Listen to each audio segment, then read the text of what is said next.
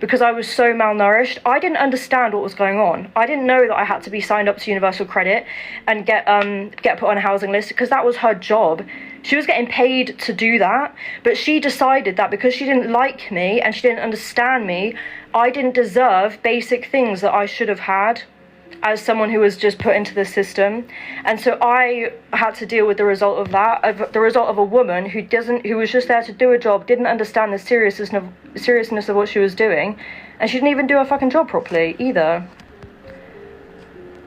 It was just so ridiculous. And I saw that a lot with, like, there were so many cases of kids who were in that home who resorted to crime, serious crime, really violent behaviors. One of them was 16 years old, just come out of care homes, right?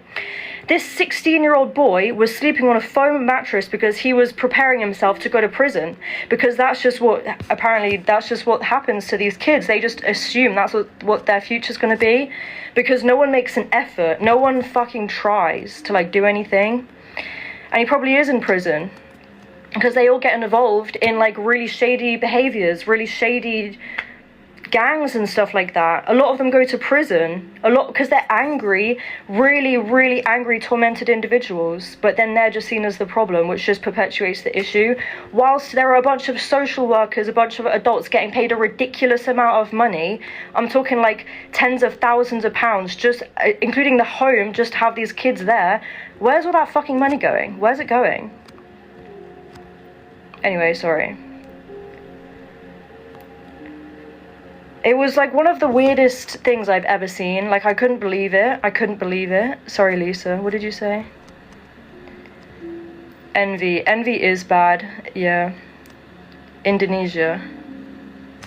Don't be sad. It's not just me. Like, I had it easy compared to some of the people in that house. A lot of them, you know, are young girls who have their children taken away from them by social services.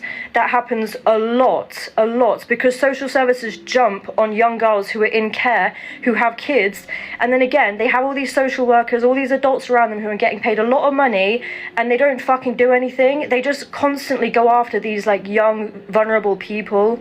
And I'm sure there are, like, I'm sure there are situations in these places, right, where there are good people who look after the kids, or the people there properly, the young adults there properly. I'm sure that does happen, but it just doesn't happen enough. Yeah, I hear you. But honestly, like, that is where a lot of this gang crime, that's where it all comes from these, like, homes in the UK that are totally neglected, and not only that, but constantly gaslit as well. These kids are, like, growing up to be adults with serious behavioral issues and resorting to violence. That's what happens.